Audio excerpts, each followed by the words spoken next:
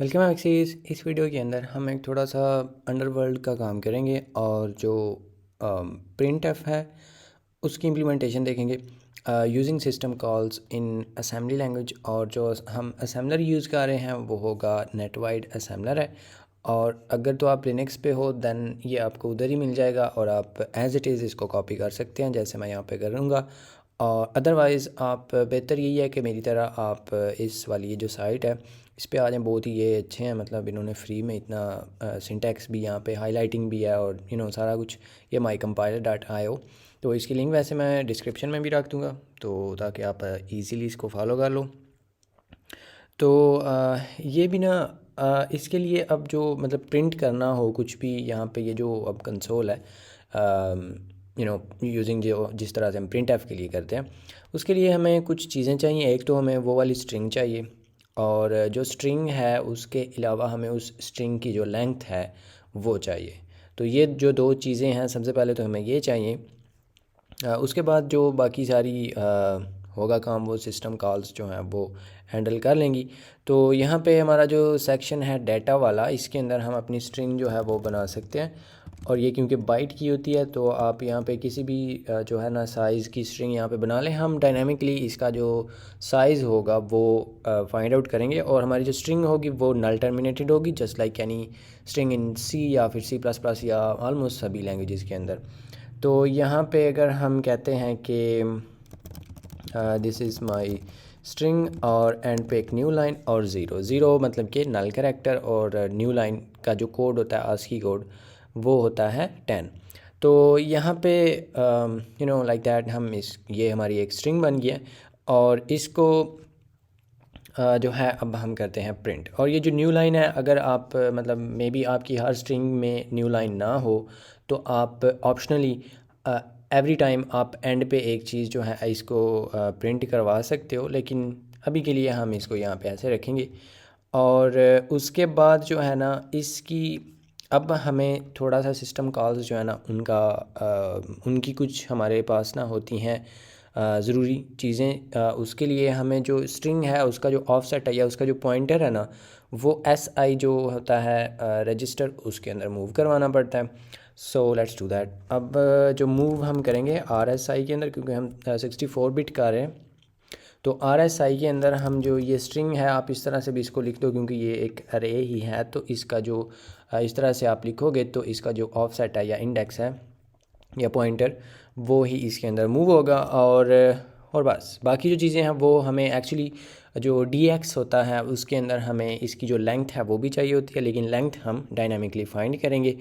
और उसके बाद हमें अब जो इसका फंक्शन है ना वो हम यहाँ पे बनाते हैं। और फंक्शन इसका क्या होगा, यहाँ पे ऊपर ही रखें, नीचे से चीज़ें नज़र आ रही हैं, इसको आई गेस ऐसे कर सकते हैं। तो हम वैसे अब आप बोलेंगे कि दी एड सेट प्रिंट एफ, लेकिन इधर जो है ना वो मैं STDC आउट की तरह का लिखूँगा क्योंकि ये जस्ट एक लेबल ही है बिकॉज आई लव C++।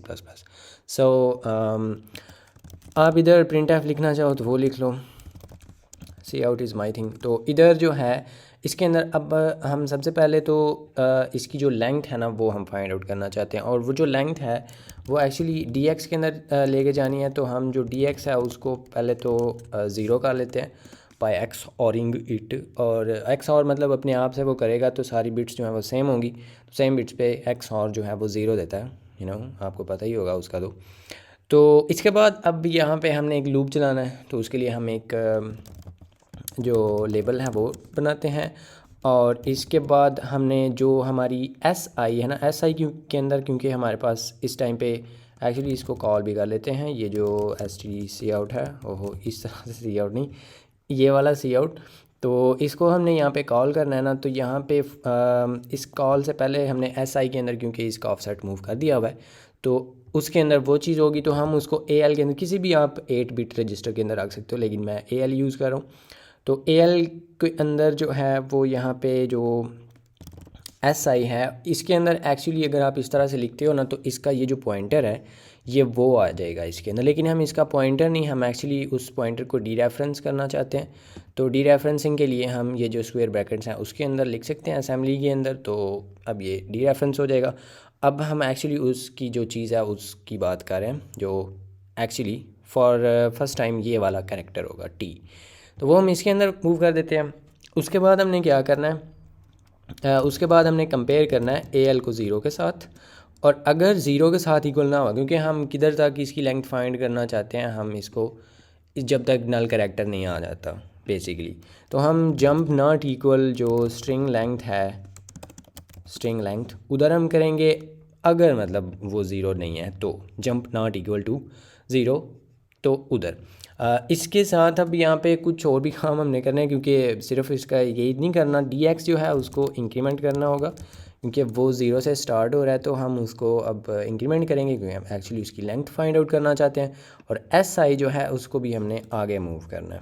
तो एक तो तरीका ये है कि आप इसको इधर ही इसके अंदर ये dx जो है उसके अंदर ऐड कर लो और उसके बाद उसको डी रेफरेंस कर लें, या फिर आप जो इसी तरह से जो si है उसको भी इंक्रीमेंट कर लें। लेकिन और इतना करने से ना अब हमारे पास इसके बाद चल के तो हमारी जो लेंथ है वो dx के अंदर आ चुकी हुई होगी। लेकिन अब जो si है ना, वो हमें उसके अंदर हमें ये जो पॉइंटर था वो चाहिए था, लेकिन हम इसको तो आगे भेज के हमने इधर की बजाय इसको इधर ले आए हुए हैं। लेकिन हमने तो ये सारा कुछ अभी प्रिंट भी करवाना था, तो वो अब किधर से लेकर आए। अब उसके भी कुछ और तरीके भी हैं कि आप जो si है उसको यहाँ पे किसी और के अंदर मूव कर लो, लाइक bx में, तो बाद में चल के तो आप उसको कर लें, लेकिन उससे भी अच्छा है कि हम जो स्टैक है उसको यूज़ कर लें।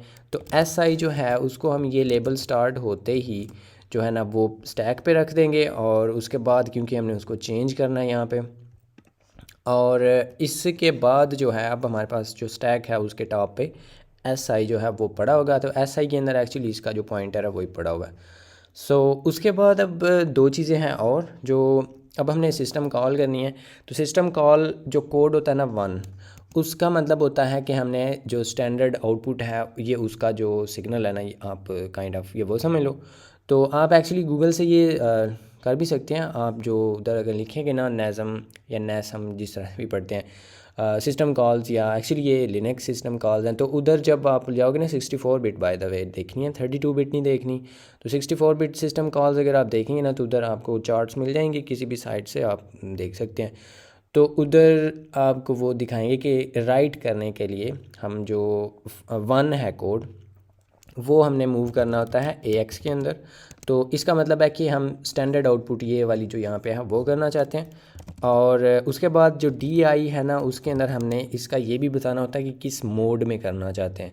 जो 1 का मतलब होता है सिंपल आउटपुट, और आई थिंक 0 का मतलब होता है स्टैंडर्ड एरर, या अगर आप STDCR या कुछ सर मतलब उसके अंदर होता है C++ के अंदर, और जो है आपकी C लैंग्वेज है उसके अंदर P एरर होता है आई थिंक।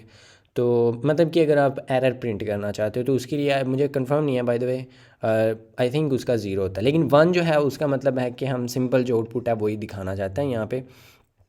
और उसके बाद अब हमने जो si है उसके अंदर मूव करनी है अपनी जो स्ट्रिंग है एक्चुअल वो, तो उसको हम पॉप कर सकते हैं जो भी टॉप पे पड़ी हुई है चीज़ इनटू si, तो वो उसके अंदर आ जाएगी। और dx के अंदर अगर आपको याद हो तो वो ऑलरेडी उसके अंदर उसकी लेंथ है, तो एक्चुअली हमने dx के अंदर उसकी लेंथ मूव करनी होती है, लेकिन वो ऑलरेडी उसके अंदर ही है, तो नो प्रॉब्लम, क्योंकि हमने यहाँ पे और तो कुछ किया नहीं है। तो इस लेबल के एंड या इस लूप के एंड होने के बाद जो dx के अंदर वैल्यू होगी वो इस स्ट्रिंग की एक्चुअल जो लेंथ है वो होगी, तो वो ऑलरेडी उसके अंदर है। उसके बाद अब यहाँ पे हम एक्चुअली सेफली जो सिस्टम कॉल है वो कर सकते हैं।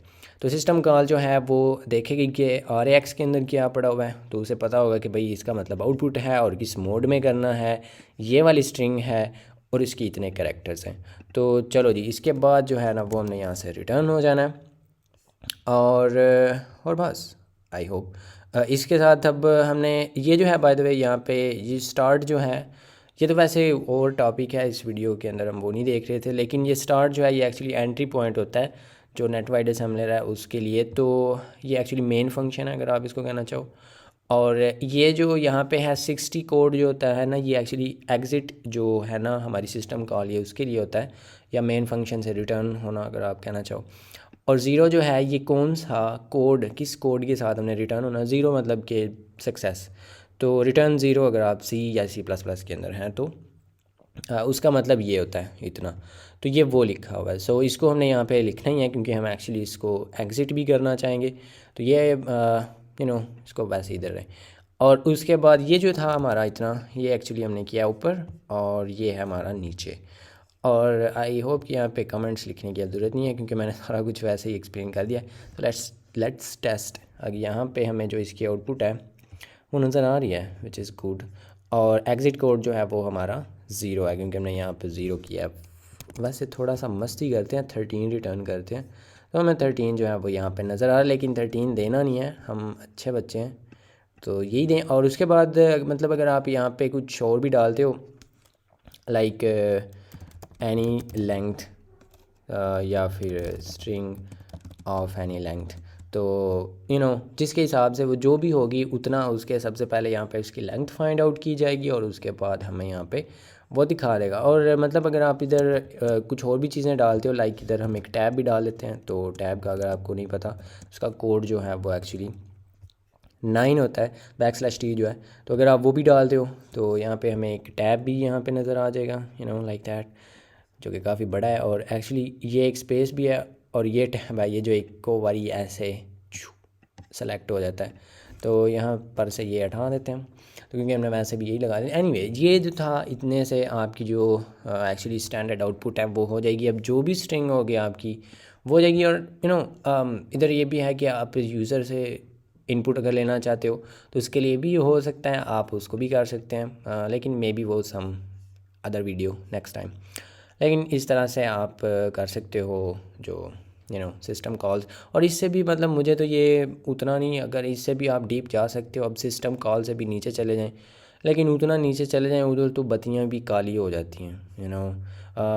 अब इतना ज़्यादा जो अंधेरा है ना, आई थिंक कि वो काफ़ी है, ये भी काफ़ी डार्क वर्ल्ड है इधर ये वाली। सो आई होप कि आपको ये इन्जॉयबल लगा हुआ होगा और आपको इसमें से कुछ ना कुछ सीखने को भी मिला होगा।